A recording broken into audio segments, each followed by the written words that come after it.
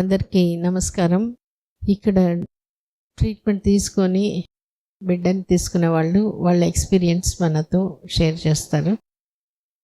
సింధు ప్రియ husband Ravindra బాబు, చెప్పండి. అందరికి నమస్కారం అండి.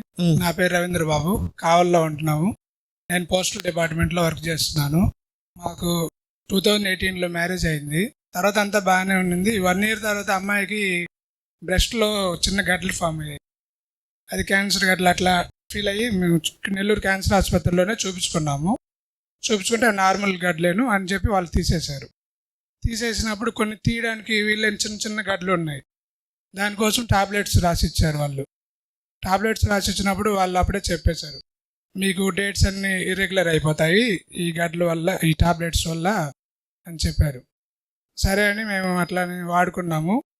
2 years అట్లానే ఇర్రెగ్యులర్ అయిపోతే మేము కావాలని చూపించుకుంటా ఉన్నాము. కావాలో చూపించుకున్నది కూడా ఎంత చూపించుకున్నా కూడా మాకు ప్రెగ్నెన్సీ అయితే రాలేదు అమ్మాయికి. తర్వాత ఏం జరిగిందంటే మా చెల్లెలు వాళ్ళ 2 పిల్లలకి ఇక్కడే ఈ మేడం దగ్గరే ట్రీట్మెంట్ జరిగింది. బాగానే చూశారని మా అమ్మ వాళ్ళంతా నాకు చెప్పారు. అప్పుడు మేము ఇక్కడికే వచ్చి 6 months ఇక్కడే మేము ట్రీట్మెంట్ తీసుకున్నాం. మేడం ట్యూబ్ టెస్ట్ అన్నీ చేశారు, ఫాలిక్యులర్ స్టడీ చేశారు, అంతా బాగానే ఉంది, మీకు డెఫినెట్గా పిల్లలు పుడతారు అని మేడం చెప్పారు. తర్వాత మేము దాదాపు ఒక 8 months దాకా ఇక్కడే ట్రీట్మెంట్ తీసుకున్నాం.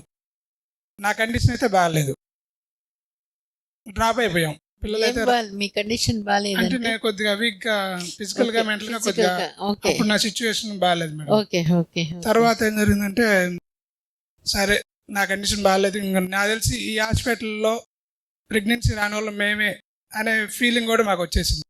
మాకు తెలిసిన వాళ్ళందరూ కూడా ఇక్కడికి వచ్చిన తర్వాత కన్సీవ్ అయ్యని చాలామంది చెప్పారు. మేము కూడా వాళ్ళని చూసాం, నాకు అంత గుర్తులేదు కానీ చూసాం, చాలామంది చెప్పారు. కానీ మాకే రాలేదు అని మేము ఫీల్ కూడా అయ్యాను.